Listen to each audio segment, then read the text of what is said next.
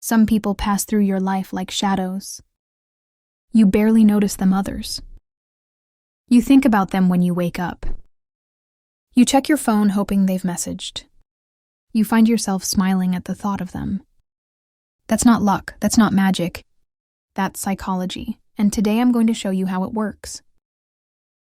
What you're about to hear can change how people see you forever. Not just how they like you, but how they can't stop thinking about you.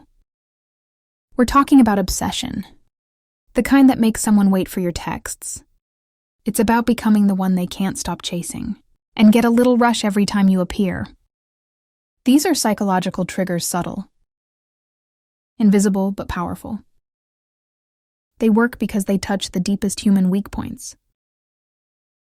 The parts of us we can't switch off. And once you learn to find these weak points, reread your old conversations. I'm going to give you 7 of them. And I'll warn you now, these are intense. You can use them to build a deep, meaningful connection or to manipulate. That choice is yours. When the difference between liking you and being obsessed. There's a huge gap between someone liking you and someone being obsessed with you. When someone likes you, they enjoy your company. They think you're nice. They might even call you a friend. But obsession, that's a constant mental presence. They're thinking about you when they're busy. Then you can make someone's mind wrap around you like a magnet. They feel the urge to reach out, even when they try not to. This shift happens when you trigger emotional imprinting. That means you've touched a nerve so deeply that you become tied to a specific emotion in their mind. It could be excitement, it could be comfort. It could be curiosity. The trick is to make sure you are the source of that emotion. And to do it repeatedly, think about it. Why do some people stay in your head? Maybe they made you feel understood when no one else did. Maybe they made you laugh in a way that lifted your whole day. Or maybe they gave you a sense of mystery you couldn't solve. Whatever it is, they gave you a feeling that stuck. You're going to use the same principle. You don't aim to make every moment with you nice. Nice is forgettable. You aim to make certain moments unforgettable. You want emotional spikes? They're wondering what you're doing. Sharp experiences that make someone's brain file you under special. Here's the catch. You can't force this with constant attention. If you flood someone with you, the novelty dies, obsession needs space to breathe. You give them the rush, then you step back, leaving them hungry for the next hit. That's the foundation of every point we're going to cover. 2. Spotting their weak point. Everyone has one. The crack in the wall where your influence can slip in. The fastest way to find it. Watch for the spikes. Imagine someone's mood as a flat line when you're talking. Steady voice, steady interest. Then you mention a topic and suddenly they lean in. Their voice changes, their eyes light up. Or maybe they repeat something they said, hoping for a stronger reaction from you. The small. It might be pride in an achievement. It might be a buried insecurity. It might be a hidden desire. Once you notice it, you don't ignore it. You circle it like a shark around blood. Ask small open questions about it. Let them talk. Let them feel heard. That's your signal. You've hit something personal. And the more they reveal, the more you understand how to tie yourself to that emotion.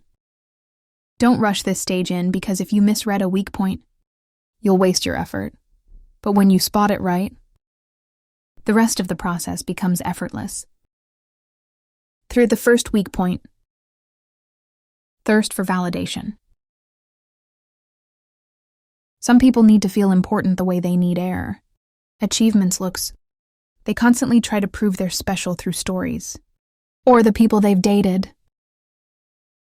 Most people respond with direct compliments or wow. That's amazing, but that kills the effect almost instantly. The key is indirect validation. Instead of telling them you're impressive, you make them overhear it or piece it together themselves.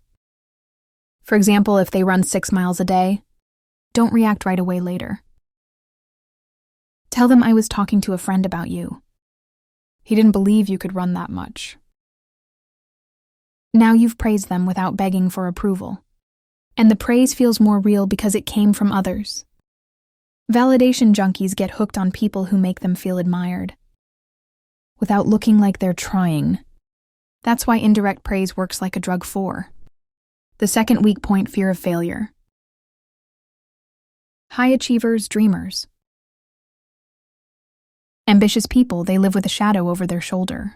When they open up about it, the fear that they might not make it. Don't rush to give advice. That's what everyone else does. Instead, you give reassurance. You tell them real or believable. Stories of people who faced the same struggle and succeeded. The more they associate you with hope and emotional safety. You make them feel capable without lecturing. The more they'll seek you out when doubt creeps in. That's obsession fuel. 5. The third weak point. Emotional wounds, rejection, betrayal. Public embarrassment if someone carries a wound like this. You don't just patch it with, it shapes how they see themselves. You're amazing, that's empty. You guide them to see the wound differently.